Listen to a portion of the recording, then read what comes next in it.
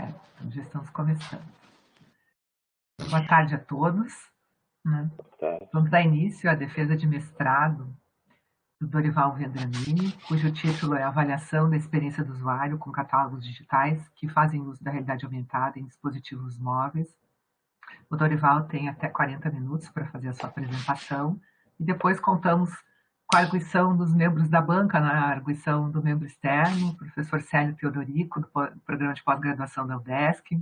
Já agradeço, professor, o aceite. E o nosso membro interno, o professor Júlio Monteiro, aqui do programa Pós-Design. Certinho, Dorival, então, estás com a palavra. Boa apresentação. Obrigado. Então, primeiro, boa tarde aos professores Júlio e professor Célio. Muito obrigado pela disponibilidade de participar dessa banca. Boa tarde, professora Berenice.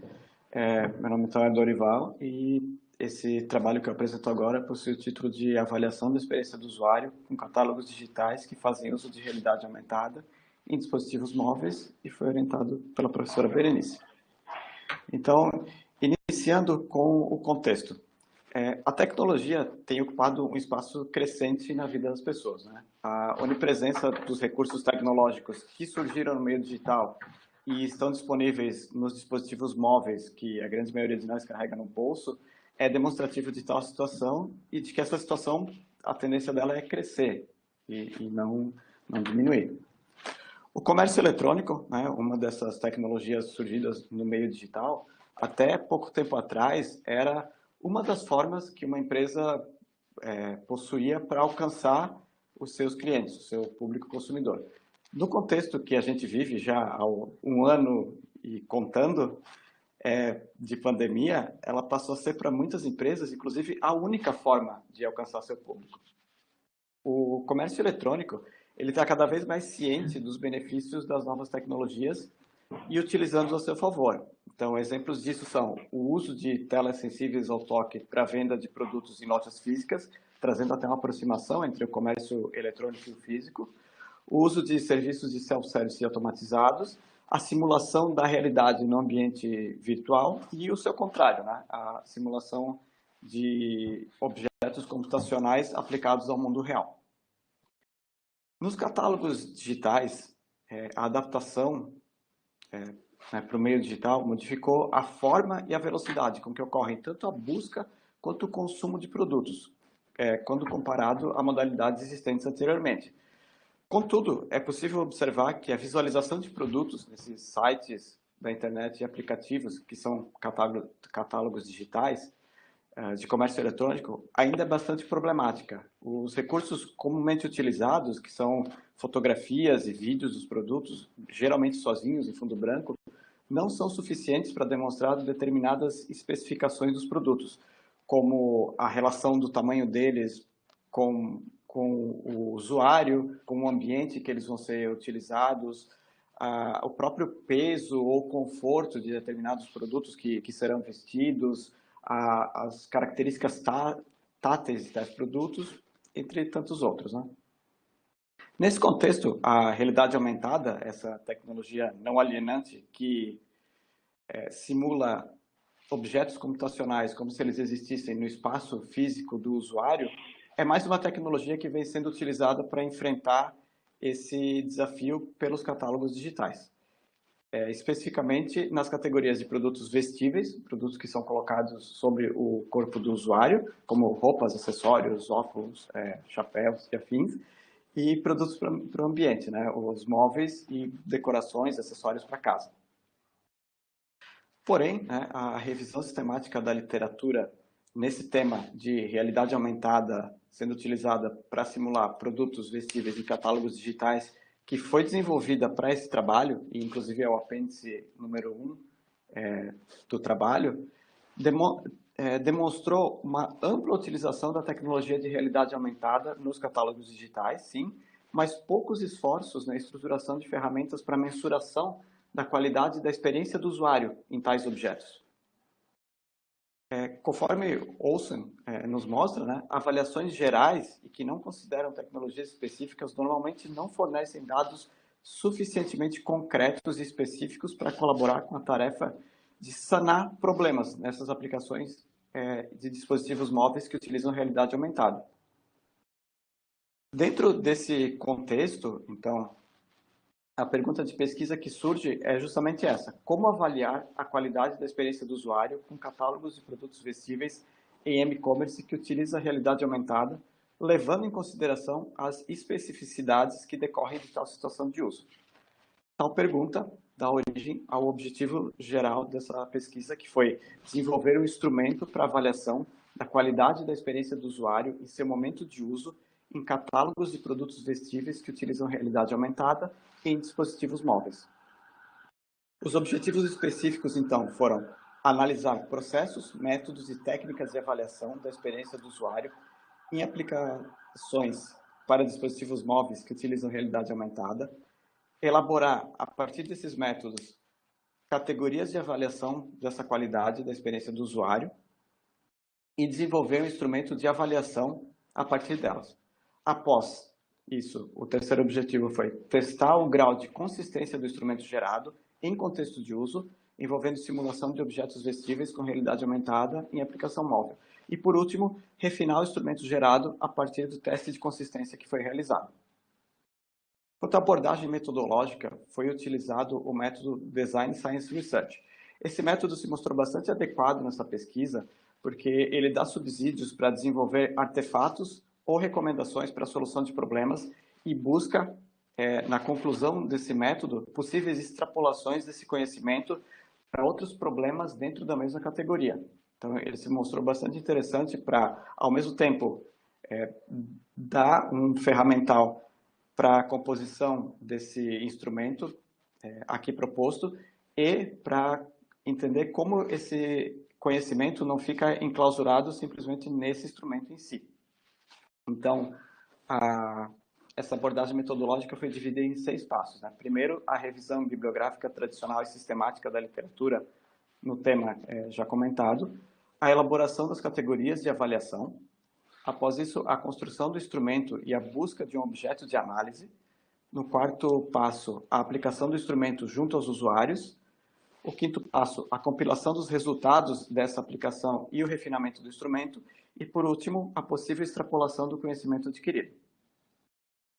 Como justificativa, um dado importante foi que, em 2020, 86% dos consumidores brasileiros com acesso à internet realizaram pelo menos uma compra online no período anterior de 12 meses. E desse total, 67% utilizaram um dispositivo móvel, especificamente um celular, um smartphone, para concluir essa negociação. E a qualidade percebida no conjunto de tais aplicações, ela pode estar prejudicada pela falta de ferramental adequado para sua avaliação, conforme demonstrou a revisão sistemática. Então, pelo volume de uso dessa mídia, a busca de soluções que melhorem a qualidade da experiência do usuário da situação se faz relevante. Além disso, a maioria dos estudos atuais não aborda a interface que dá acesso à tecnologia, fala apenas da tecnologia de realidade aumentada, que, quando vistos todos esses documentos em ordem cronológica, percebe-se que os problemas da tecnologia tendem a ser diminuídos pelo próprio avanço dessa tecnologia, enquanto os problemas de interface, se não abordados, podem persistir. Orientação e escopo. Então, o escopo desse trabalho, ele acontece na junção de 2 eixos. No primeiro eixo, há os catálogos de e-commerce, que são os catálogos eletrônicos disponíveis em dispositivos móveis. Dentro deles, há o recorte dos catálogos de e-commerce que utilizam prova virtual. E dentro desse recorte, há um recorte menor ainda dos que utilizam a realidade aumentada para fazer essa prova virtual. No segundo eixo, há a experiência do usuário e, como recorte, as avaliações de experiência do usuário. Então, é na sobreposição desses 2 eixos que ocorre o escopo do trabalho.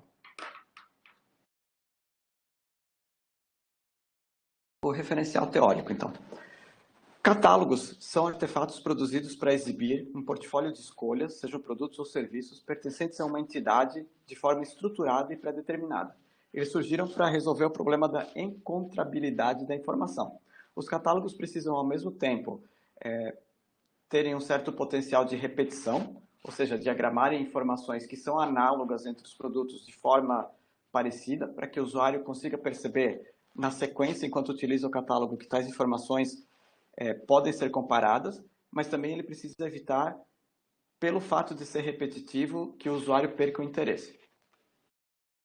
Nos catálogos digitais, diferente dos seus pares físicos, há uma característica bastante importante na forma dinâmica com que a informação neles pode ser organizada e a quem pertence tal organização. Então, nessa realidade, o designer passa a projetar a estrutura e a lógica de catalogação, tanto dos produtos quanto das categorias em si, que podem reorganizar esses produtos. E essa organização fica na mão, então, do usuário. Então, o usuário pode, num catálogo digital, apesar de receber uma primeira ordem pronta do usuário, do designer que projetou, do sistema, ele pode reorganizar esse catálogo de acordo com categorias pré-determinadas, como, por exemplo, no catálogo de venda de sapatos, ele pode reorganizar por número, tamanho do sapato, por cor, exibir apenas os produtos mais recentes, os que estão próximo a ele e a entrega será mais barata, enfim, uma série de catalogações.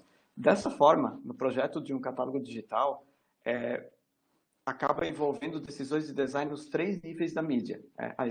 A inscrição física, ou seja, a inscrição dos próprios produtos em si e das categorias de catalogação, os códigos de transmissão lógica, como essas categorias vão funcionar, e as convenções culturais de significado, ou seja, tais categorias de organização devem funcionar de acordo com a cultura dos usuários que estão utilizando. Não adianta oferecer ao usuário uma forma de catalogação que não faça sentido para ele, como catalogar sapatos de acordo com a espessura do material, coisa que não faz tanto sentido na nossa cultura. O e-commerce, então, é o comércio eletrônico realizado por meio de dispositivos móveis utilizando a internet. A personalização da experiência de compra para cada usuário específico pode ser considerado um dos principais diferenciais do e-commerce, justamente pela personalização e pessoalidade que cada dispositivo móvel costuma ter em relação, por exemplo, a um computador, mesmo um laptop ou um computador desktop, que pode ser utilizado por mais pessoas, o smartphone geralmente pertence a um usuário só. Então, a quantidade de informações que ele tem a respeito desse usuário, seja porque ele logou e deu essas informações, ou porque os dispositivos ápticos do aparelho leram elas do ambiente, como, por exemplo, o GPS ou movimentação do acelerômetro, coisas assim, juntando todas essas informações disponíveis, um catálogo consegue já disponibilizar, mesmo antes do usuário aplicar os filtros, uma primeira página muito mais desenhada para as especificações desse usuário, para as necessidades dele. Então, nos catálogos digitais, então, de e-commerce, acontece a prova virtual. A prova virtual de produtos, e especificamente os vestíveis, é um processo de simulação de prova de um determinado produto nos ambientes virtuais de prova. O e-commerce, apesar de todas as vantagens que falamos anteriormente, ainda possui a desvantagem de proporcionar apenas uma visão parcial dos produtos que exibe, geralmente utilizando fotografias. E, como já falamos, além das questões de proporção e da espacialidade do material, que a fotografia não permite, há toda uma questão tátil e, no caso de produtos vestíveis, de roupas, até de caimento e tamanho em relação ao usuário. Nesse sentido, diversas tecnologias são utilizadas atualmente para enfrentar esse problema. Então, as principais delas são a tecnologia Fitsme, que simula o caimento de peças em manequim pré-definido, além de recomendar tamanhos de produtos. A tecnologia FitFinder, que utiliza escolha de biotipo a partir da inserção de medidas do usuário e definição de manequim utilizando Big Data. E a tecnologia Kevit, que trabalha com avatar personalizado e mapa de tensão do produto. Essas tecnologias, apesar de apresentarem inúmeras vantagens, ainda possuem pontos fracos. Muitas vezes o usuário não vai saber suas medidas de cor, ou possuir uma fita métrica que ele possa utilizar, ou mesmo quando alguma dessas tecnologias mostra características ou desenhos para ele, pede para ele selecionar qual se parece mais com o seu corpo. Às vezes há uma dificuldade da gente se enxergar nesses desenhos, ou do usuário até ter uma autoimagem correta de como ele é. Então, nesse sentido, a realidade aumentada é mais uma tecnologia que vem sendo utilizada cada vez mais, segundo a revisão sistemática, para enfrentar esse problema. Ela é uma tecnologia imersiva e não alienante, ou seja, ela cria a ilusão de que os objetos computacionais existem naquele espaço físico do usuário naquele momento. Então, aqui um exemplo da realidade aumentada em funcionamento, essa ovelhinha azul, ela é um objeto computacional, ela só existe na tela do celular, e esse aparelho celular utiliza todos os seus dispositivos ápticos, como câmera e possível câmera de infravermelho, GPS em algumas situações, acelerômetro, para ler as superfícies do ambiente, simular esse objeto numa superfície e garantir que, conforme o celular se mova, esse objeto fique parado, como se ele estivesse ali realmente. A realidade aumentada pode ser dividida entre realidade aumentada imersiva e não imersiva, sendo que na imersiva o usuário olha diretamente para as posições reais da cena ou para um vídeo em visada direta. Então, nesse exemplo aqui, os objetos sobre a mesa são em realidade aumentada, só através dos tablets os usuários estão vendo eles, mas eles estão vendo como se fosse através do tablet. E aí, na realidade aumentada não imersiva, quando o usuário vê a simulação através de um monitor ou projetor, que não está alinhado com as posições do ambiente. No caso aqui, é como se o usuário se visse refletido no espelho, provando os óculos. Então, realidade aumentada e mobilidade, esse sistema que registra objetos virtuais junto ao ambiente real, permite interação em tempo real e exibe visualização misturada em um dispositivo móvel, é chamado de realidade aumentada móvel. Ela pode ser utilizada em catálogos digitais, empresas de varejo, por exemplo, como uma forma de testar virtualmente um produto e educar consumidores sobre os mesmos. Aqui a gente tem 4 exemplos de catálogos virtuais que utilizam realidade aumentada. Nos dois de cima é realidade aumentada imersiva e nos dois de baixo, que os dois são provadores de óculos, realidade aumentada não imersiva. Agora, no segundo eixo teórico dessa pesquisa, o conceito de experiência do usuário. Então, essa pesquisa utiliza o conceito de Hotto et al. E da ISO 9241-210 de 2010, que diz que experiência do usuário se refere a percepções e respostas de uma pessoa que resultam do uso ou uso antecipado de um produto, sistema ou serviço. O campo da experiência do usuário pode ser dividido em 3 diferentes perspectivas. A experiência do usuário como fenômeno, quando ela está acontecendo, quando o usuário está experienciando ela. A experiência do usuário como campo de estudo, que é o estudo dessa experiência. E a experiência do usuário como prática, que é o projeto dos objetos que permitem que essa experiência aconteça. A Senzal divide ainda as dimensões desse produto em pragmáticas, ligadas à usabilidade em si, e hedônicas, ligadas aos aspectos simbólicos e às emoções. Como a realidade aumentada, o usuário pode potencialmente interagir tanto com o mundo físico quanto com os objetos virtuais do ambiente, e sem mesmo necessitar diferenciar o que é real e o que é virtual, a forma de interação promovida por esses sistemas busca, na naturalidade das ações, um requisito muito forte. E, novamente, OTA nos dá um modelo da experiência do usuário na visualização de produtos em realidade aumentada mobile. Então, ela ocorre em 4 momentos. Então, antes do uso do objeto, ocorre a experiência do usuário antecipada, que é quando o usuário está imaginando como essa experiência será. Durante o uso, a experiência do usuário momentânea, que é o próprio ato de experienciar. Após o uso, a experiência do usuário episódica, que é quando o usuário reflete sobre a experiência que ele teve.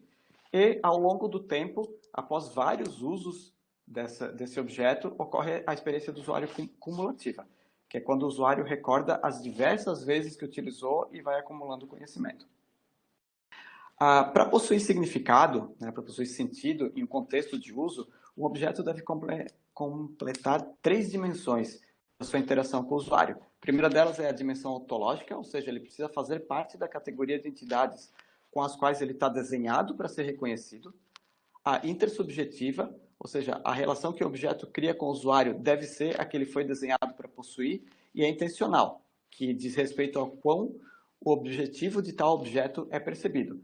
É cumprindo essas 3 dimensões que o objeto possui significado.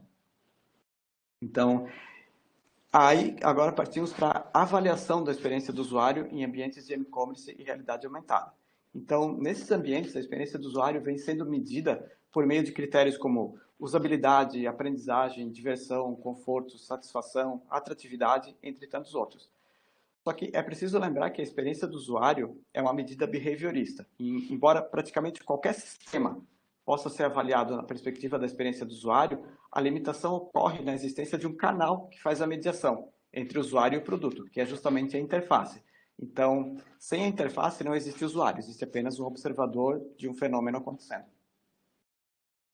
Os critérios de avaliação da experiência do usuário com realidade aumentada que foram catalogados nas revisões de literatura desse trabalho foram os componentes da realidade aumentada que contribuem para a experiência do usuário em realidade aumentada, de Olson, as 16 categorias da experiência do usuário para interação com realidade aumentada em aplicativos móveis, também de Olson, e as categorias enumeradas de Arifin, Sastria e Barlian. Além disso, foram catalogados 3 técnicas, 3 avaliações gerais que foram utilizadas para avaliar a experiência do usuário com realidade aumentada. As 12 heurísticas de Sutcliffe e Gaut, que apesar de serem heurísticas, não serem avaliações de experiência do usuário, foram utilizadas, né? A TAM, Technology Acceptance Model, e o TOI Framework. Além deles, esses instrumentos aqui foram descobertos como sendo utilizados para avaliação da experiência do usuário com realidade aumentada na situação de uso que aqui estudada, né? Então, avaliação de proposições, questionário Attractive, avaliação Success, questionário com respostas abertas, cartões de reação ao produto, User Experience Questionnaire, entrevista em profundidade e juntamente com observação participativa, Augmentation Quality, método de valência e as questões somativas e formativas de Olson. Quanto aos procedimentos metodológicos, esses foram os passos seguintes da pesquisa, ou seja, a partir da revisão da literatura foi feita a elaboração do instrumento de avaliação, a avaliação desse instrumento proposto e o refinamento desse instrumento a partir dessa avaliação. Então, na elaboração do instrumento, primeiro foram desenvolvidas as categorias, os critérios de avaliação e mensuração deste. Para isso, utilizou-se a técnica de análise de conteúdo sobre o corpus descoberto no referencial teórico. Extraiu-se as categorias mais importantes das avaliações existentes, as afirmações que as compõem e os melhores critérios e formas de medi-las. E, para isso, né, identificou-se as unidades de conteúdo e suas relações, unindo itens com o mesmo sentido e unificando proposições que tratam do mesmo aspecto, além de excluir conteúdos de pouca representação. A partir disso, configurou-se um instrumento de pesquisa de forma que possa ser utilizado pelos usuários. No ponto seguinte, a avaliação do instrumento proposto, foi feita a seleção do objeto de análise, e para isso ela foi feita nas lojas de aplicativos para os sistemas operacionais Google, Android e Apple iOS. A busca foi feita introduzindo palavras-chave pertinentes à pesquisa na área de busca e analisando dentro dos resultados dos aplicativos encontrados, avaliações desses por parte do usuário, as informações técnicas de cada aplicação e a atualidade da tecnologia. A partir disso, definiu-se o público da pesquisa, que foi definido a partir do público do aplicativo que seria analisado. Então, foram feitas inferências a partir do público consumidor dos produtos de cada aplicação. As fontes de consulta foram página de web, imagens de redes sociais do aplicativo e informações publicitárias dos produtos vendidos nele. Os voluntários da pesquisa foram convidados a partir de redes sociais, além de contatos estabelecidos anteriormente. A realização dos testes de avaliação e as entrevistas. A técnica foi a observação de uso seguida de entrevista. Esses testes foram aprovados pelo Comitê de Ética e Pesquisa da UFSC. O tamanho da amostra seguiu a orientação de Albert Tullis, de que deveriam ser consultados aproximadamente 20 participantes ou até que os resultados começassem a se repetir. Então, as entrevistas foram realizadas de forma online, devido às condições que vivemos, que o mundo vive agora, de pandemia e restrição de contato. Elas foram todas gravadas e o consentimento foi feito de forma verbal e a assinatura virtual na plataforma Authentic. Então, os testes foram divididos em 3 passos. Primeiro, os usuários utilizaram o aplicativo de forma ampla, a partir de um cenário proposto. No segundo passo, eles utilizaram um instrumento aqui desenhado para avaliar essa experiência. E no terceiro passo, responderam a um questionário a respeito do instrumento de avaliação. Em seguida, foi feito, a partir desses dados, o refinamento do instrumento de avaliação. Então, as questões etnográficas serviram para montar o perfil da amostra e entender se ele estava de acordo com o perfil do aplicativo estudado. E para o refinamento do instrumento foram usados os dados quantitativos, o tempo de uso do instrumento de avaliação e as perguntas problemáticas para os usuários. E as perguntas de avaliação do instrumento foram tratadas de forma qualitativa. As respostas foram analisadas pela relevância do seu conteúdo. E as expressões espontâneas dos usuários durante o teste também foram tratadas a partir da análise de conteúdo. Resultados. Então, primeiro, o desenvolvimento das categorias de avaliação.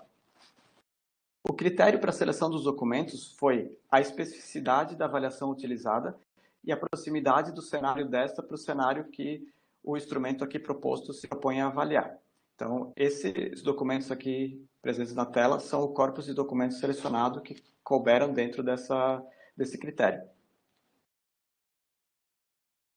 Todos esses documentos foram analisados utilizando o software Atlas TI, a partir da análise de conteúdo, e foram descobertas as unidades de conteúdo que estão aqui na tela.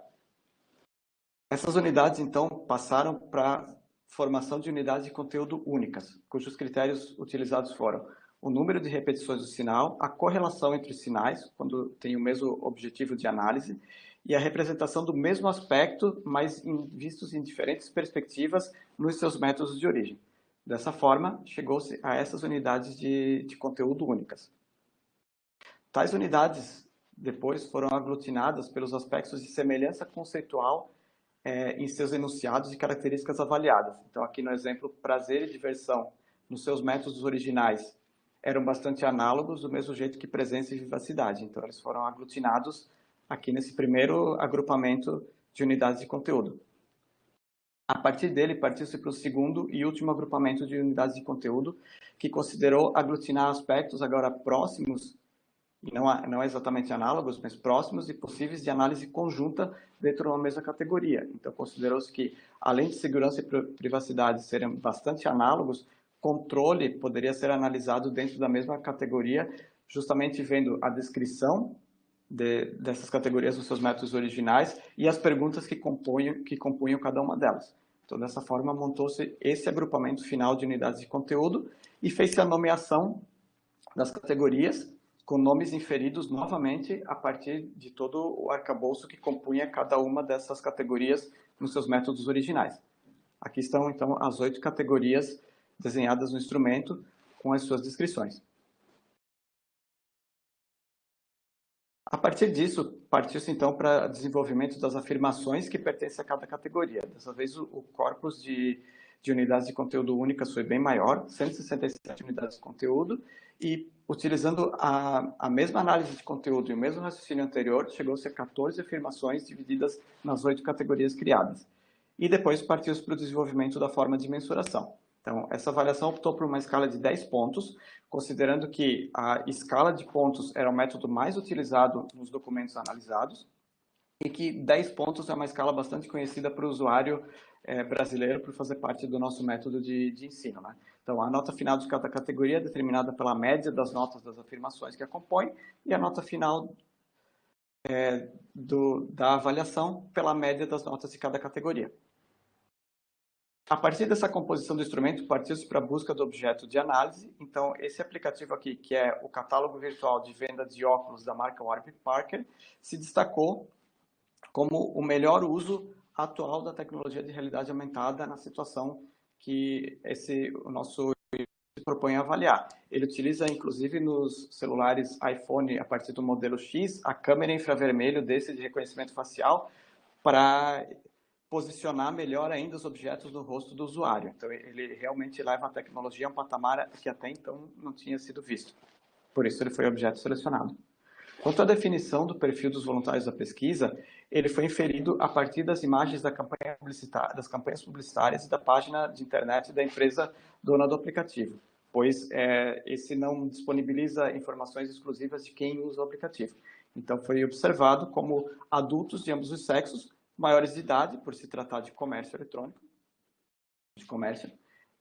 e o público ainda foi recortado para usuários de aparelhos celulares iPhones a partir do modelo X, para justamente utilizar o melhor da tecnologia que esse aplicativo permitia.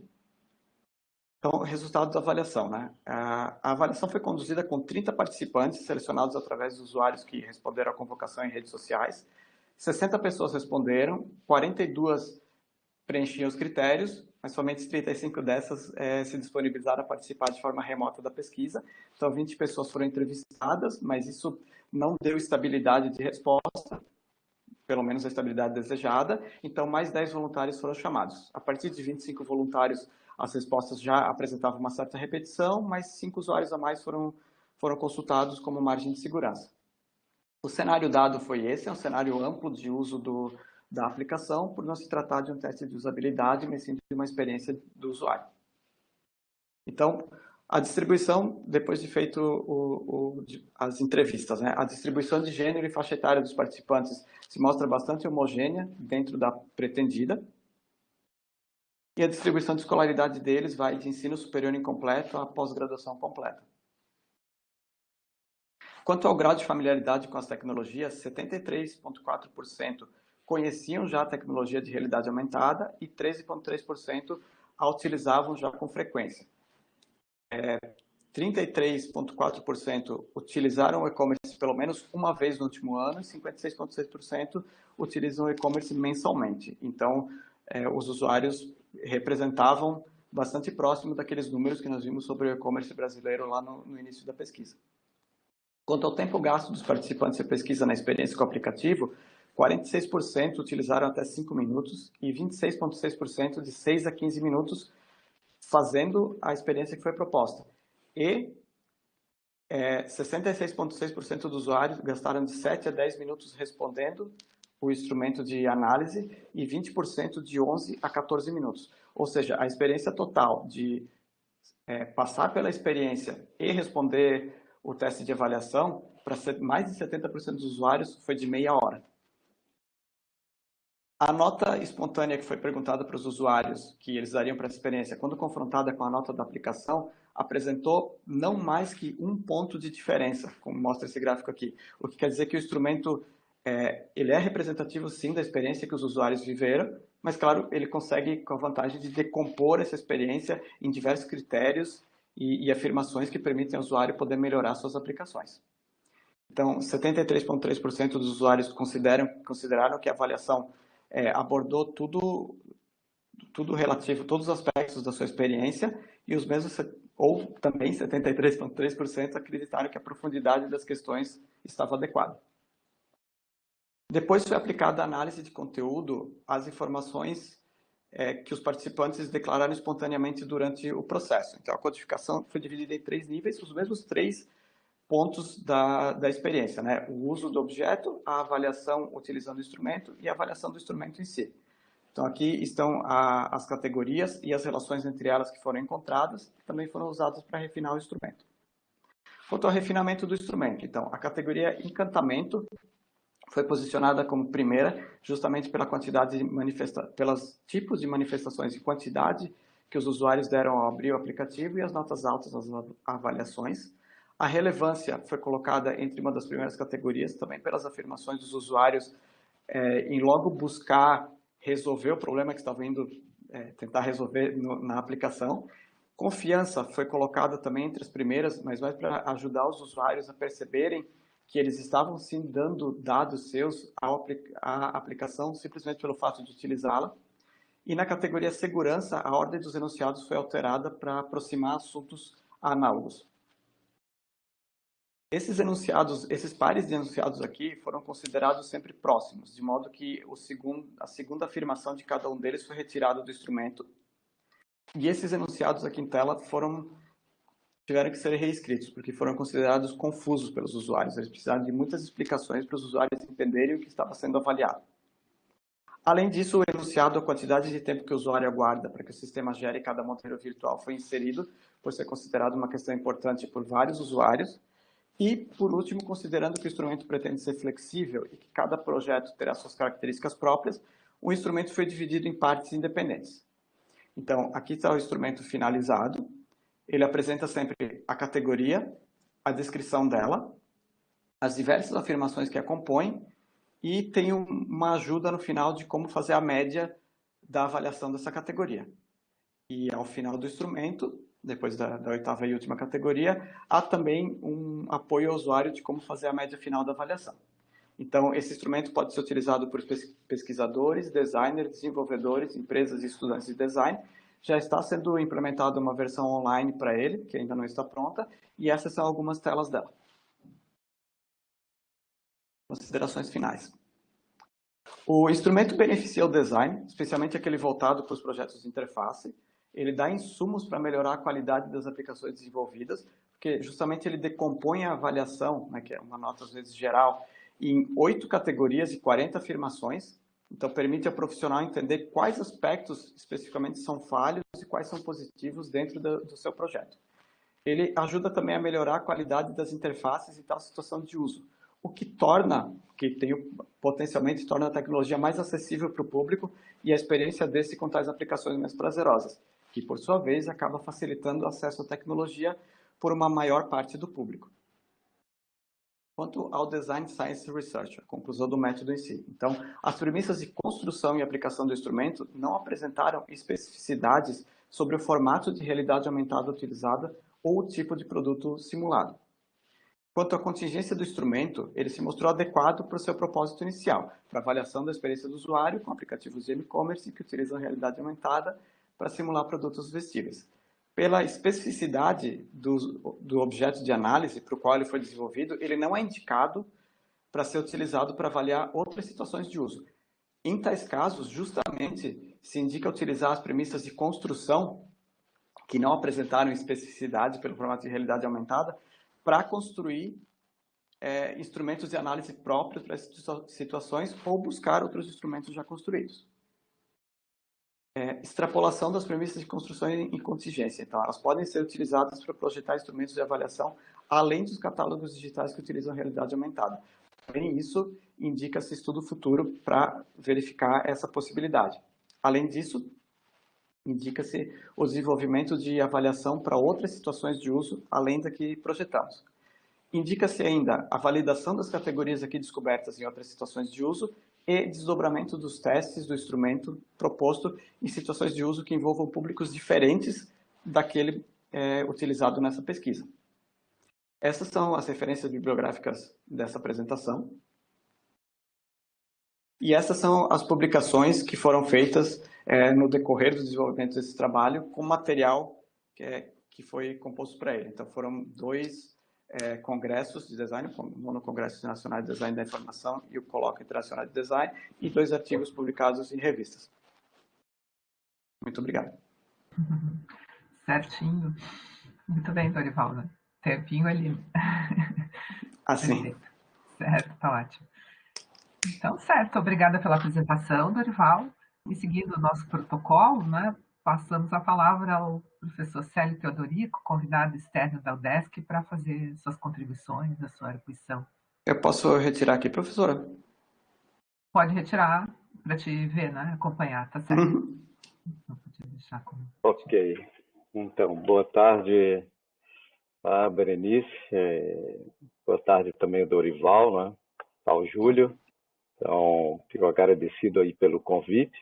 Para mim é sempre uma satisfação estar participando com vocês aqui nessas bancas. E hoje não seria diferente, né? Então, Dorival,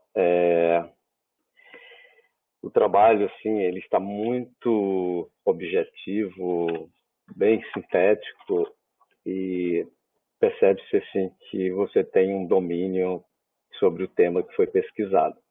A sua apresentação também, te parabenizo pela qualidade da apresentação. Inclusive, você levantou algumas questões que depois a gente vai comentar um pouquinho, que, a meu ver, acho que poderiam ter um outro desdobramento. Quando você mostra aquela figura que tem lá a ontologia, né?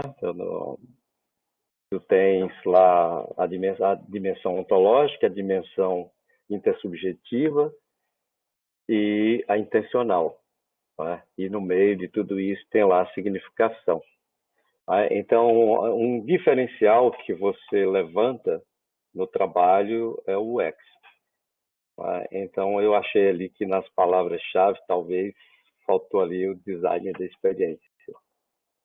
Tu tem o design lá, tu tem de catálogo, mas você não tem em si a questão do design da experiência, que justamente na tua avaliação dos diferentes instrumentos que você pesquisou, que eles acabam não abordando, pecando, e na verdade você elaborou e quis estruturar um documento, um material que estudantes, profissionais designers ou professores ou outros pesquisadores possam utilizar para colocar em prática esse design da experiência na forma de atributos, nesse caso, desses aplicativos, né, com realidade aumentada.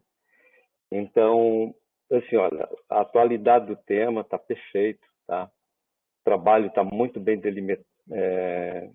delimitado, tem originalidade, porque você não só cita as fontes, mas você também trouxe algumas questões levantadas, principalmente pelos voluntários, nas perguntas espontâneas, né, abertas, que você inseriu. E também achei muito legal de você ter mudado a ordem da avaliação. Por que isso? Isso é olhar para o usuário, tá? E trazer ele para dentro do processo. Então, eu vejo isso fundamental. Tá? Você não levou e não considerou apenas as respostas que foram dadas, mas deu para perceber ali a importância e como isso poderia ser reestruturado e modificado novamente, né? Então, achei isso muito bacana. Isso sim é processo de design. Então, os objetivos estão muito claros também, tá? Foram execuíveis, está aí o resultado do trabalho. A justificativa também está adequada. O trabalho também ele tem aderência ao programa, né? Então, isso é uma crescente, né? Então, a gente não pode hoje, não só a questão da tecnologia, os próprios laboratórios aí da USP, tá? E alguns colegas pesquisadores, tá? Que estão enveredando nessas áreas. Então, e mesmo com o término da pandemia, isso não tem mais fim, né? É um projeto, é um processo, cada vez mais a gente vai ter esses aplicativos e essas tecnologias que a gente vai estar utilizando nos smartphones, assim, como se diz, né? Comum, né? Muito normal. A estrutura também da tua revisão, ela tá, a fundamentação teórica está com ótima qualidade. E aqui eu queria só fazer um comentário que, como eu falei, né, ali o resumo, ele está muito bom.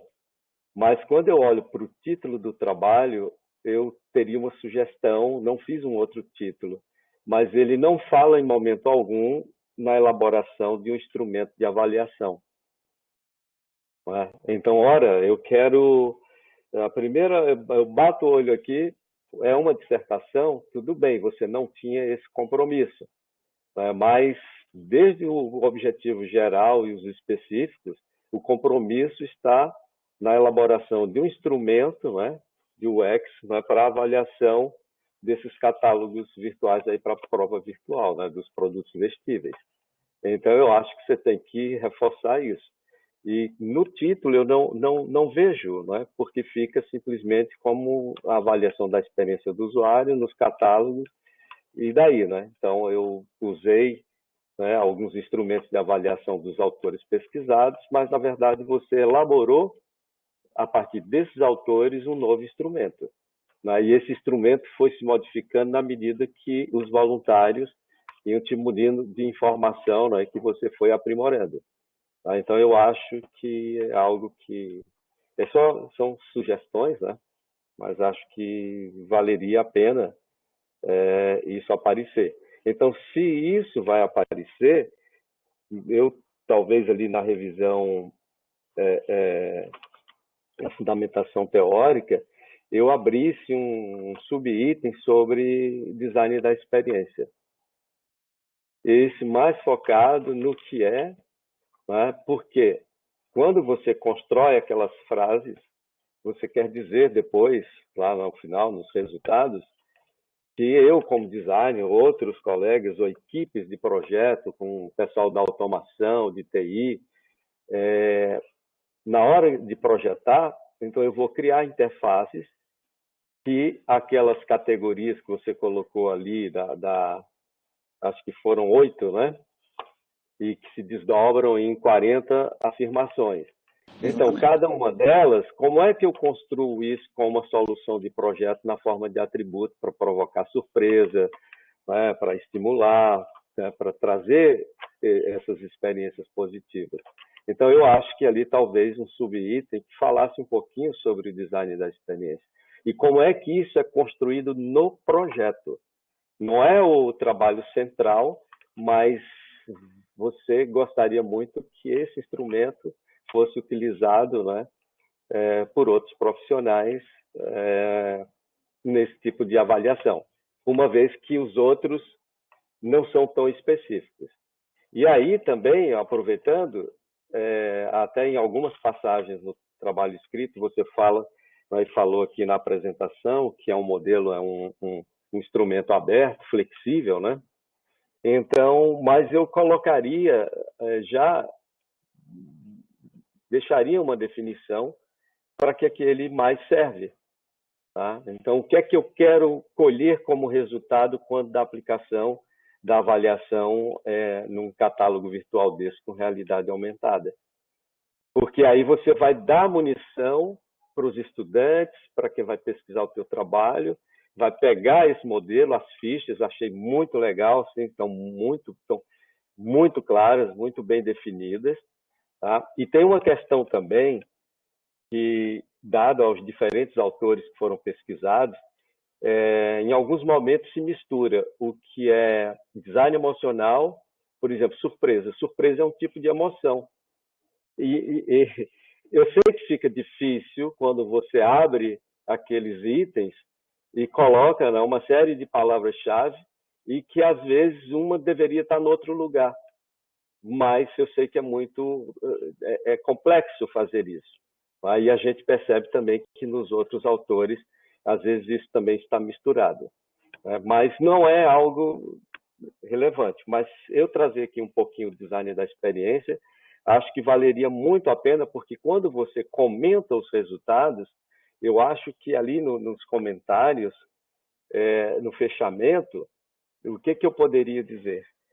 Que profissionais designers, profissional de TI, equipes multidisciplinares, né, primeiro tragam os usuários para o processo, né, dentro desse levantamento que você fez, daquelas 8 categorias que geraram 40 afirmações, como isso é utilizado e o resultado disso, como é que eu posso aplicar no projeto, né, dos aplicativos.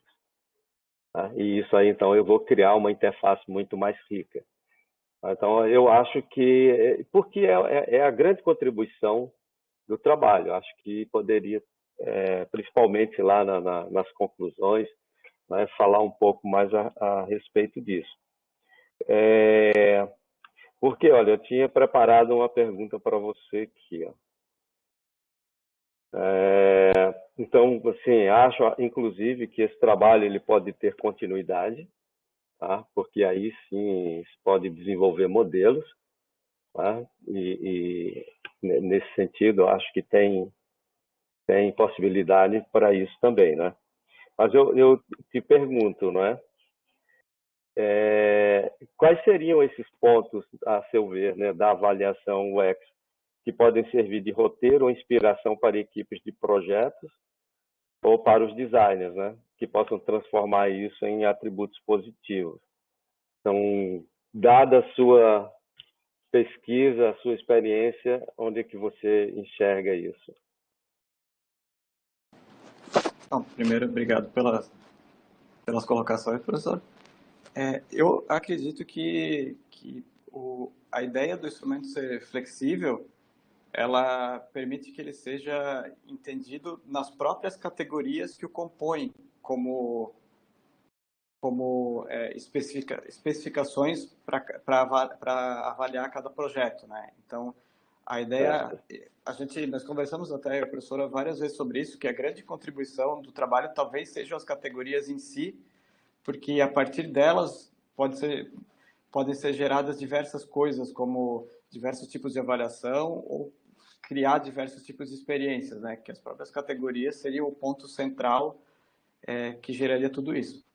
Bacana, tá respondido. Por que eu estou te perguntando? Porque não é uma receita de bolo, e não deve ser, e vocês também deixa, quer dizer, fica nas entrelinhas, não é que não é uma fórmula mágica. Então, isso é importante.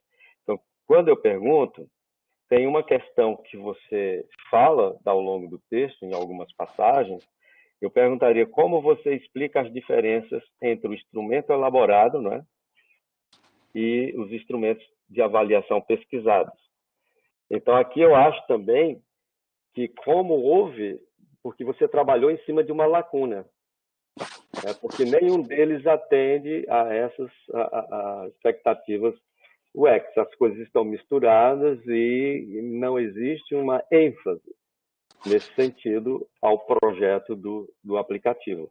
Então, eu poderia aqui distinguir bem isso, enfatizar isso. Olha, esses aplicativos, esses instrumentos de avaliação cuidam disso, né? Como você já comentou, são muito utilizados mais para tais questões, e o instrumento elaborado, né, vai cuidar disso. Tem parte desse e daquele. Até num determinado momento você diz, não, eu posso utilizar uma parte ou outra, mas eu talvez ali nem colocasse dessa forma, porque parece que, eu não preciso dele todo. Né? Num determinado momento ali tem um comentário nesse sentido. Então, eu acho assim que poderia enfatizar também quais são as diferenças mais significativas. Então, quando você tem ali a dimensão ontológica, tu tens a dimensão intersubjetiva e a intencional, você é semântica, né? Então você como eu agora. Então isso é o que faz a diferença do que você desenvolveu. Tá? Então é vender o peixe, né? Trabalhar, transformar isso numa linguagem, no repertório do design. Olha, você pode utilizar esses instrumentos. Nesse primeiro momento aqui, o que é uma dimensão ontológica? Eu vou configurar alguma coisa. Para configurar, eu tenho que observar um contexto, eu tenho que entender quem é esse meu público-alvo, quem são essas pessoas e suas habilidades com esses aplicativos. Tá? Então, quando você configura para a dimensão intersubjetiva, você vai dar elementos. Tá? Então, ele é conceitual. E você vai gerar significado.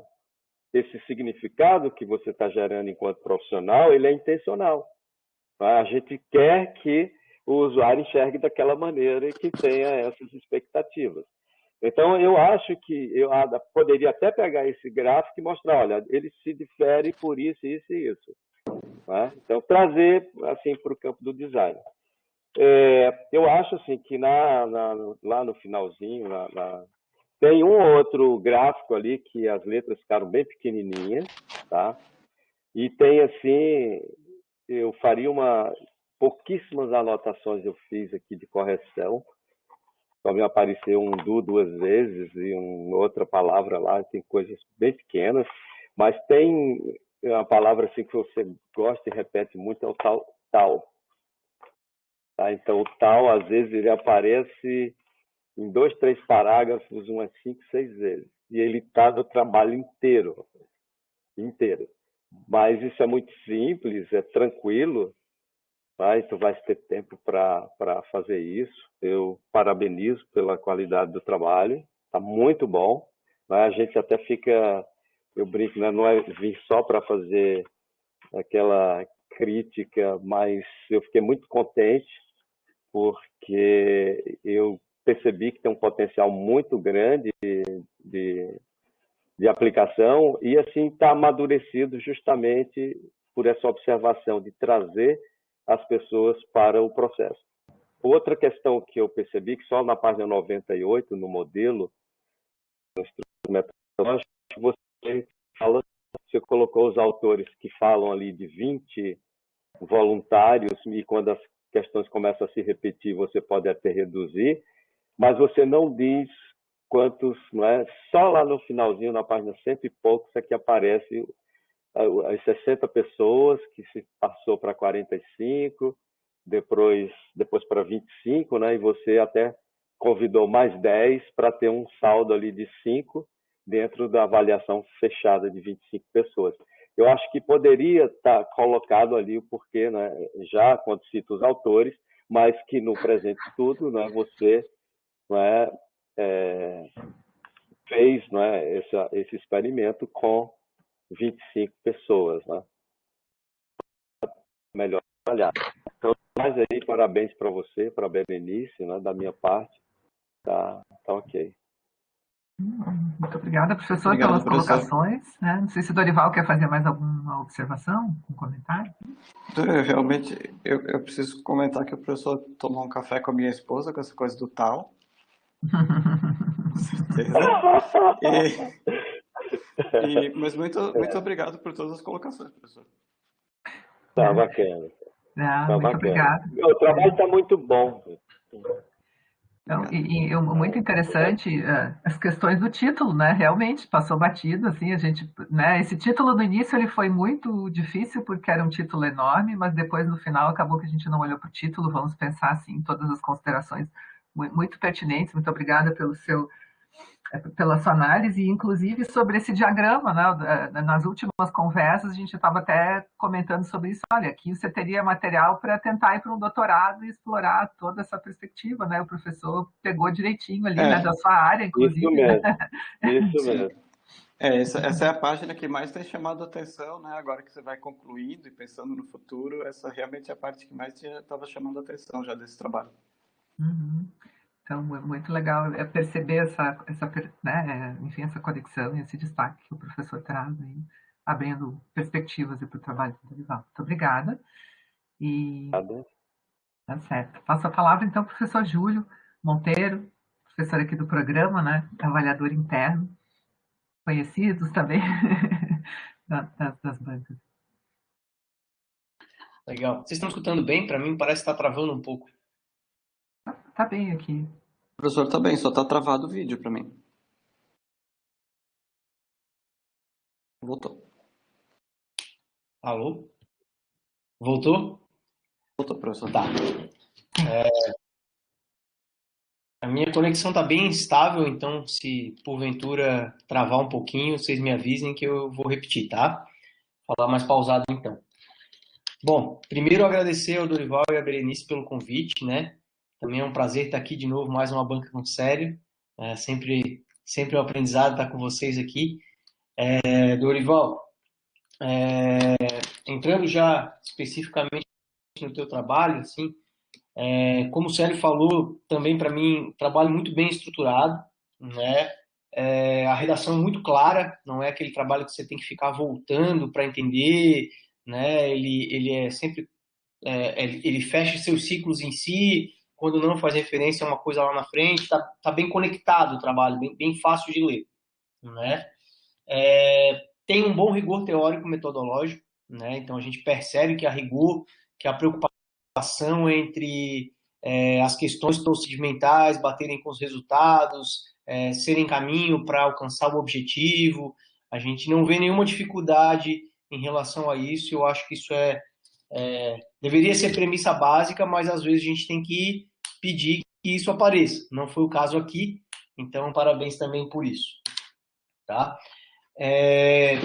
Eu vou entrar em alguns pontos específicos aqui. Eu fui fazendo algumas anotações também enquanto os colegas falavam, alguns adendos, então talvez não venha numa ordem tão lógica assim, mas eu acho que vai dar para te acompanhar, tá? Primeiro, começando pela questão do título, eu endosso o que foi colocado pelo Célio, depois ratificado aí pela Berê. Eu acho que vale a pena pensar na questão do título. Eu também, quando li o título, não tive a dimensão do que realmente era o trabalho, e essa dimensão foi alcançada ao longo da leitura do teu trabalho, onde a redação está muito clara. E aí eu acho que é o serviço mais fácil, né? Voltar lá e rever o que de fato foi feito. Legal. Ainda sobre aspectos gerais, eu acho que na tua seção 3.5 ali, 3.5.1.1, eu acho e tal, você tem várias seções que tem a terminologia em inglês, né? Eu entendi que você olhou para uma técnica específica e quis mostrar ela de forma fidedigna e tal, mas como ele vai na seção do título, eu fico pensando, tudo bem, agora é inglês, mas e se fosse russo, né? Ninguém ia fazer ideia do que contém ali dentro. Então eu acho que é legal você trazer um termo mais genérico no título da seção e apresentar a ferramenta com nome próprio dentro dela, fazendo nota de rodapé, fazendo uma tradução livre, enfim, o que tu achares por bem. Só a parte de estética mesmo que eu acho que vai deixar legal o teu trabalho. Agora entrando dentro do corpo do texto, eu vou dar um zap aqui nas minhas anotações. Eu vou dar um salto direto para procedimentos metodológicos, depois a gente volta, porque isso vai ajudar na discussão, tá? Eu queria fazer uma pergunta para ti. A teu ver ali, quais são as principais premissas do Design Science Research? Por que ele te ajudou e foi importante nesse teu trabalho? O Design Science Research foi bastante importante. Como método de construção, ele não é extremamente diferente de outros métodos de construção, né? Eu considerei ele bastante importante justamente nessa questão final dele, da questão de extrapolar as heurísticas. Ele chama de heurísticas, a gente usou outros nomes porque existiam métodos chamados heurísticas no meio do trabalho, né? Mas as heurísticas para outros tipos de problema e até a construir design propositions, né? Isso nos pareceu, para mim, para a professora, bastante relevante na construção do conhecimento acadêmico, dele não ficar tão enclausurado em apenas uma solução de problema, né? Dele, apesar de que, claro, você pode ver soluções de problemas e buscar ali subsídios para outras, mas o Design Science Research é interessante quando ele coloca como um passo claro você levar esse conhecimento para além daquela solução, né? Então, como construção específica, claro, ele é um método bastante sólido, ele tem passos bastante consistentes, mas não foi isso que chamou tanta atenção em relação a outros métodos de design também bastante consolidados. Tá. Eu perguntei isso de largada porque a Berenice também sabe, o meu grupo de pesquisa também está se interessando por essa abordagem, né? E eu imagino que, como você e a Berenice, a gente também está encontrando algumas ausências na literatura, algumas dificuldades, e estamos achando o caminho aí juntos, tá? Então, eu vou colocar algumas observações em relação a isso para a gente pensar juntos, porque eu também não tenho a resposta, são dúvidas que eu tenho aqui, mas que ao longo de algum trabalho ou outro a gente está tateando o caminho, assim, e aí vamos ver se isso faz sentido para ti. Na tua resposta, tu já matou uma outra pergunta que eu faria aqui na sequência, que é o porquê que tu não usou o termo das heurísticas. Isso para mim está claro. Então, tu já esclareceu uma questão. Mas eu acho que junto com as heurísticas no Design Science Research, eu acho que tem um ponto que ele trata ali que é interessante, que é a classe de problemas, né? Então, ele sugere que na tua revisão de literatura, sintetize uma classe de problemas e diga o seguinte, olha, esse meu artefato aqui, né, que é ciência aplicada, que nem sempre pode ser generalizado, ele pode ser generalizado para uma classe de problemas. Eu não estou dizendo que ele vai resolver em todas as instâncias, mas para aquela situação ele parece apto, que é justamente o que você tem aí. Então, eu acho que falta talvez no final da tua revisão de literatura uma síntese da classe de problemas, para que um outro autor possa entender assim, um outro pesquisador, bom, então para esses problemas aqui que o trabalho do Dorival encontrou, o meu trabalho também vê sombra nisso e eu posso usar isso. E aí tu pode fazer o confronto lá depois com a tua generalização. Eu acho que é uma coisa simples, tu já tens tudo aí, ele só não está empacotado, né? Tipo assim, ó, tá aqui o laço, a fita, isso aqui é a classe de problemas, né? E aí isso vai te facilitar lá na frente, nas tuas considerações, fazer alusão a essa classe, dizer, ó, por que ele atende, por que ele pode ser generalizado nesse aspecto, por que ele não pode naquele outro. Eu acho que isso aí é um ponto bem legal para tu trabalhar a generalização, que é o que veio na tua resposta, que bate com o que a gente, o nosso grupo de pesquisa também está imaginando. Que, bom, é muito legal quando você tem um artefato que aquele artefato em específico pode ter um uso específico, mas o pensamento dele pode ser generalizado. Então, eu acho que a classe de problemas aí vai atender bem essa tua questão, tá? Sobre esses pontos, depois eu vou entrar melhor em procedimentos, mas é uma coisa que eu queria que ficasse no teu radar ali, né? Então, e acho até que você tem que achar um termo equivalente, talvez trazer em nota de rodapé para o sujeito que está usando o Design Science Research conseguir acompanhar. Então, a justificativa para mim já está resolvido. Bom, não quis usar heurísticas porque a gente está usando outras heurísticas, a gente está usando termos análogos e tal, e isso vai confundir. Perfeito. Mas no momento que tu fala de Design Science Research lá, você tem que dizer, Design Science Research pressupõe o uso de heurísticas que nesse trabalho aqui vão ser substituídos pelo termo XYZ. Isso nem precisa estar dentro do corpo. A meu ver, pode estar em nota de rodapé, mas tem que ter, né? E aí você falar quais são as de construção, as contingenciais, e depois como elas são consolidadas e generalizadas. Eu acho que isso aí vai ficar legal, vai deixar o teu trabalho robusto, né?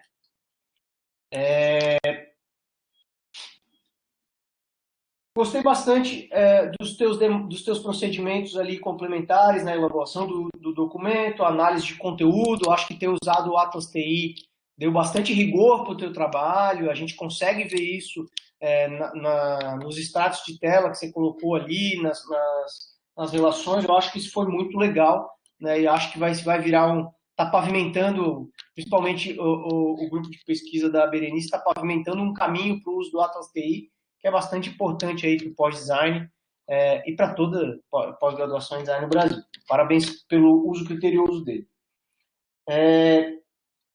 Agora, quando você entra na parte qualitativa do teu trabalho, eu acho que você cisca num terreno perigoso que tu não precisas. Está muito claro que você tem um trabalho qualitativo ali, né? Mas eu acho que você tem 30 participantes. A hora que você começa a usar muita, por exemplo, porcentagem nas tuas respostas, eu acho que tu entra num terreno perigoso, porque o número cresce. Você tem menos de 100 respondentes. Aí você começa a usar a porcentagem, você está multiplicando por 3 quase o número. Fica um pouco estranho. Eu entendi o teu esforço ali de tentar dar uma dimensão proporcional, né? Mas eu acho que ele peca. É melhor usar o número absoluto e deixar com que o leitor faça essa divisão, né? Uma sugestão, eu não recomendo usar para isso. E aí tu vai começando a se aproximar do quantitativo, que é onde vai ficando, a meu ver, perigoso, né? Porque não é esse o esforço do teu trabalho. Tem uns outros cuidados que você está flertando lá com o quantitativo, que eu acho que também não vale a pena. Por exemplo, você tem uma amostra não probabilística, você convidou as pessoas nas redes sociais para participarem. É uma coisa totalmente aleatória, né? E aí, para caracterizar que você já tinha um volume interessante de respostas, aqui na tua apresentação, pelo menos tu falou, e eu não me recordo se tem no corpo do trabalho, mas você falou que começou a encontrar uma recorrência de padrão. A estatística ela tem métrica para conseguir dizer isso, né? E o teu trabalho não vai ter, porque ele tem 30 entrevistas. Então, evita esse tipo de discurso, tanto na fala quanto no corpo do texto. Eu peguei isso aqui agora na tua apresentação. De fato, eu não olhei com esse olhar e não achei isso no corpo do teu trabalho. Mas acho que vale voltar lá nos procedimentos para ver se nada disso escapou, tá? Seguindo aqui. Também concordo com a fala do Célio, de que foi interessante ali, com base no teu trabalho, na tua pesquisa, mudar a ordem de avaliação, né, com base na experiência de trabalho, isso reforça o design, isso reforça a ideia do Design Science Research, de você usar as heurísticas para isso também, as percepções. Eu acho que ficou legal isso aí. Acho até que você pode valorizar um pouco mais isso nas considerações finais, né? Interessante, tá? Aí eu acho que você foi super assertivo, né? Você, Berenice, também, em utilizar Design Science Research para a construção de um instrumento no viés que ele tem, né? Porque ele é um trabalho qualitativo, ele está preparando um terreno, ele está buscando construir um arranjo de perguntas ali e tal, que não existia até então, né? A tua revisão de literatura mostra um pouco isso, né? Mas eu acho que assim, para tu ganhar a convicção no nível de algumas afirmações que tu está fazendo ali, tu teria que sim ter uma análise quantitativa, e isso tu não tem. Então eu acho que convém tu apontar para trabalhos futuros, dizer que é um espaço para isso, né? Acho que cabe até para o teu doutorado apontar para isso, né? Mas de fato você precisa restringir para manter esse rigor. Não tenho um número que possa ser generalizado como um instrumento. Por exemplo, eu participei num trabalho de uma menina ajudando a coletar os dados dela na época que eu era doutorando, que é a Lisandra, o nome dela, ela era da engenharia de produção, meu orientador orientava ela lá. Que ela fez análise de conforto em poltronas de avião. E ela tinha um cálculo amostral lá gigantesco para ela conseguir validar aquele instrumento. Ela foi buscar na revisão de literatura outros instrumentos que tinha, na ergonomia tem muito, o Hula, o Reba, o lá, lá, lá, lá. Ela foi buscar na literatura como é que esses caras validaram o instrumento deles, né? E ela, para conseguir validar o instrumento dela, teve que fazer um levantamento gigantesco de dados para analisar e tal, para conseguir validar ele como instrumento. Então, acho que é legal você ter essa dimensão para dizer, ó, isso aqui eu abri uma trilha no meio da floresta, mas para pavimentar isso como um instrumento, para que ele possa ser usado como é o Hula, como é o Reba e tal, vai precisar de uma análise quantitativa. Acho que você precisa deixar isso claro no teu trabalho. Tá? Acho esse um ponto bem importante. E aí fica legal você apontar isso lá nas considerações finais como trabalho futuro. Tem um baita trabalho a ser feito aí no doutorado, e acho que tem plenas condições de fazê-lo, né? Então, tu já cria a lacuna científica para ti mesmo preencher lá na frente. Na tua apresentação de slides, tu usou o termo considerações finais, mas no teu trabalho, se eu não me engano, está conclusão, né? Como a tua análise é qualitativa, eu acho que é conclusões finais, considerações finais, e não conclusão. Né? A conclusão é quando você consegue afirmar numericamente alguma coisa, via de regra. Eu não sou professor de metodologia, então não tenho certeza absoluta do que eu estou te falando, mas acho que cabe a ressalva, eu já li isso em algum lugar. Né? Conclusão é mais quant e considerações finais é mais quali.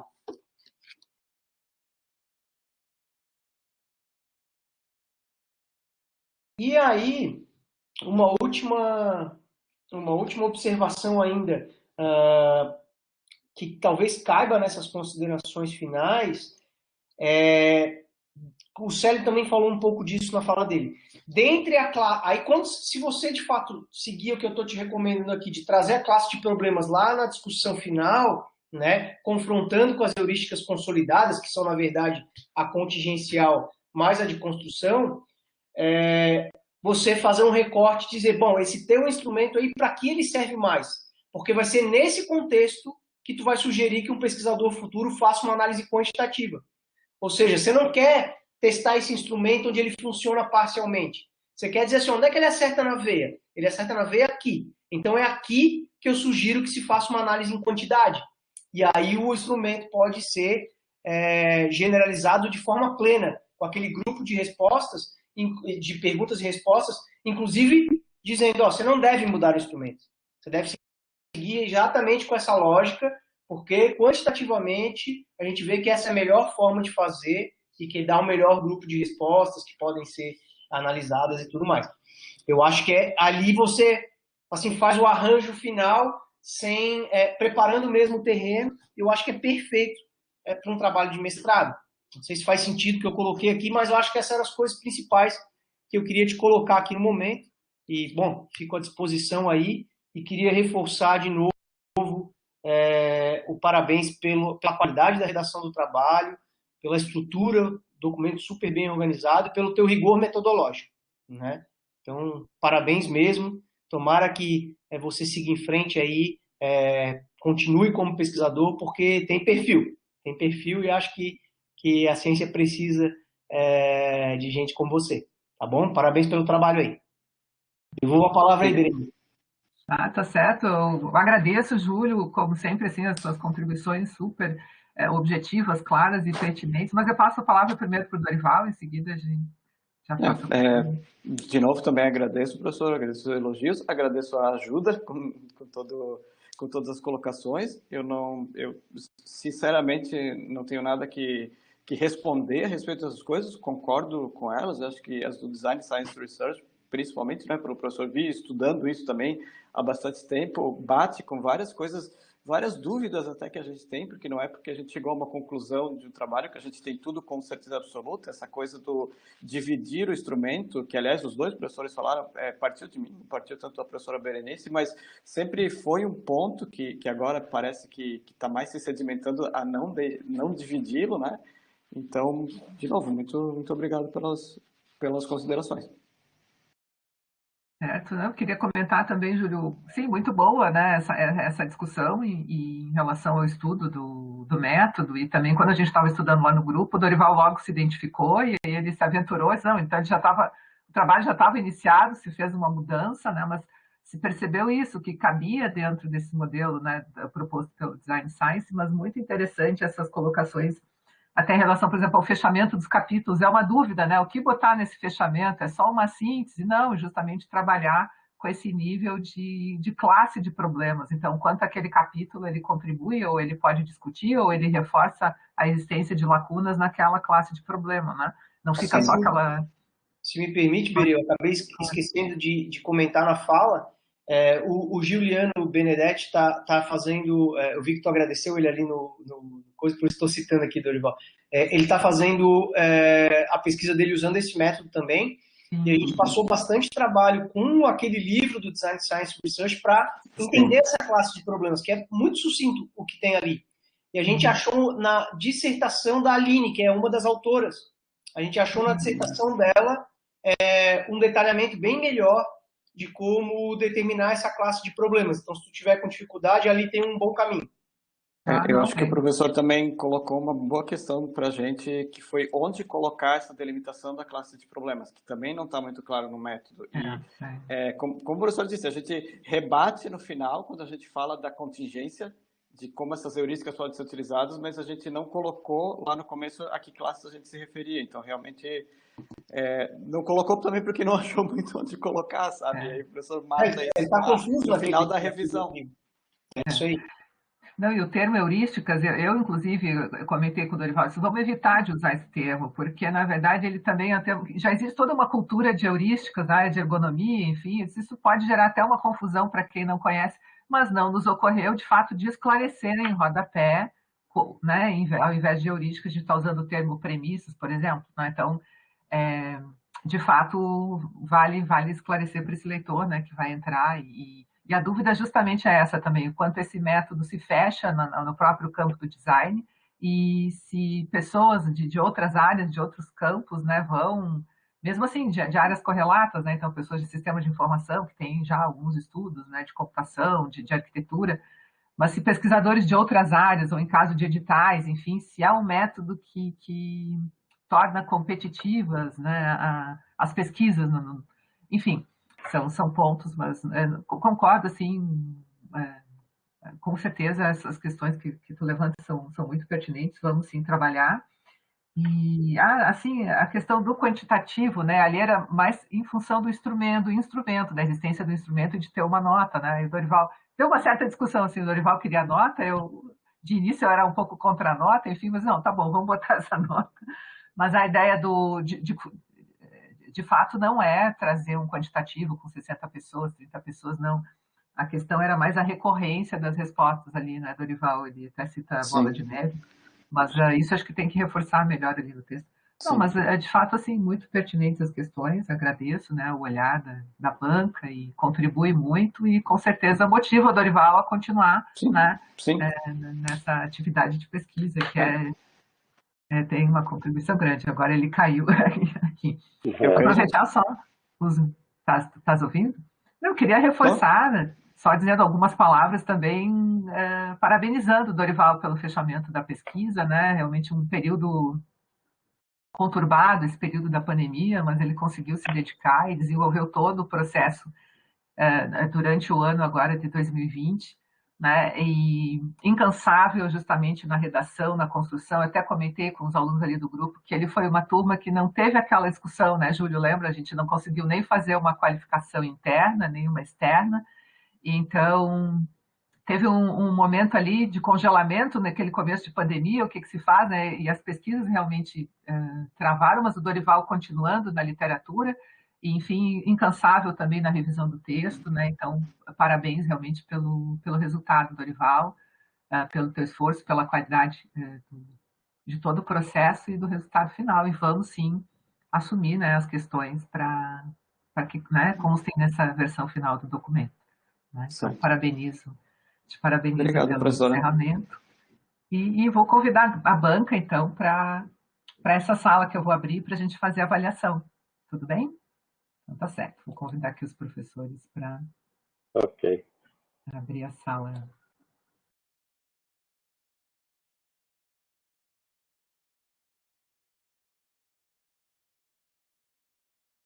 Professor Célio.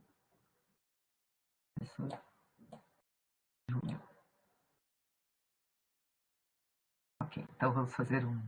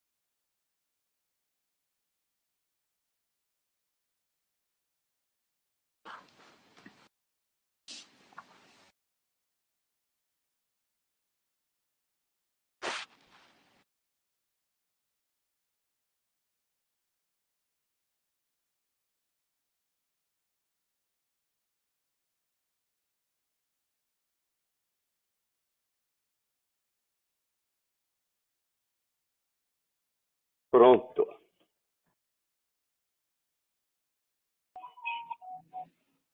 A Berenice tinha entrado, né? Eu acho que ela saiu. Ela tinha entrado, sim. Ela mandou uma mensagem.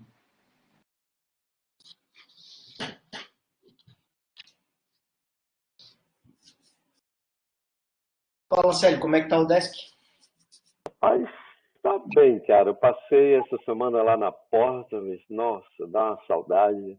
É. É impressionante. O mestrado, como eu comentei no início, não sofre tanto, né? Uhum. Mas a graduação, eu acho, tá bem complicado. E você está Então, no...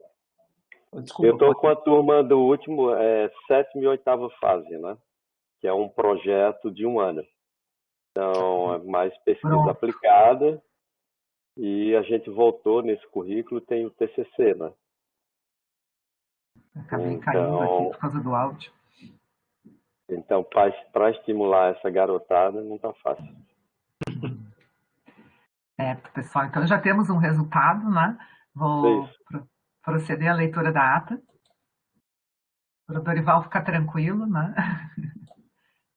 Ata 08 de 2021, de defesa pública de dissertação de mestrado, né? Às 14h30, do dia 3 de maio de 2021, com a realização de defesa com a participação dos membros por meio de sistema de interação áudio e vídeo em tempo real, de acordo com a portaria número 2 de 2020 da PROPG, da Pró-Reitoria de Pós-Graduação da Universidade Federal de Santa Catarina, reuniu-se a banca examinadora, composta por Berenice Santos Gonçalves, doutora orientadora, Júlio Monteiro Teixeira, doutor, Célio Teodorico dos Santos, doutor, examinador externo pelo DESC, para avaliar a dissertação de mestrado do aluno Dorival Germano Vendramini Júnior, cujo título é Avaliação da Experiência do Usuário com Catálogos Digitais que fazem uso da realidade aumentada em dispositivos móveis.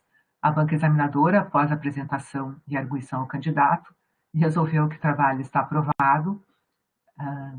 Na verdade, temos a alteração do título, né?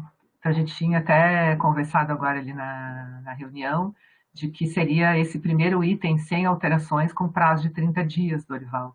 Mas lendo melhor aqui os itens, tem que ser com alterações, porque justamente tem que constar o título, né, para inclusão no instrumento. Então, vai ficar aprovado com alterações, com prazo de 60 dias para entrega da versão final. E a sugestão da banca é inserir a palavra instrumento no início do título, né? Seria instrumento para avaliação da experiência do usuário com catálogos, né, digitais que fazem uso da realidade aumentada em dispositivos móveis. Então, não é uma alteração, né, enfim, imensa, mas ela para ficar registrada, certo? Mas, de qualquer forma, assim, né, tem todo o mérito, né?